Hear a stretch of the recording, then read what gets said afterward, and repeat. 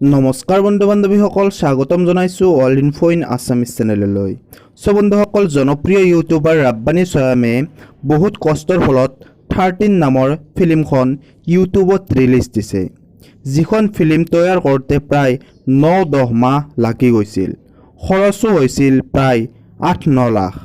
সেই হিচাপত চিনেমাখনৰ কণ্টেণ্ট আৰু অভিনয়ো বহুত ভাল হৈছে, যাৰ বাবে অসমৰ ৰাইজে ভিডিঅ'টোক আঁকোৱালি লৈছে। ভিডিঅ'টোত এতিয়ালৈকে প্ৰায় 30 লাখতকৈ অধিক লোকে চাইছে, যাৰ বাবে ৰাব্বানী স্বয়ামে এইবাৰ নেক্সট এনেকুৱা ভিডিঅ' অসমৰ চিনেমা হলত ৰিলিজ দিম বুলি কৈছে। এজন ইউটিউবাৰৰ এনেকুৱা সাহসক আপুনি সমৰ্থন কৰে নে নকৰে কমেণ্ট বক্সত জনাব।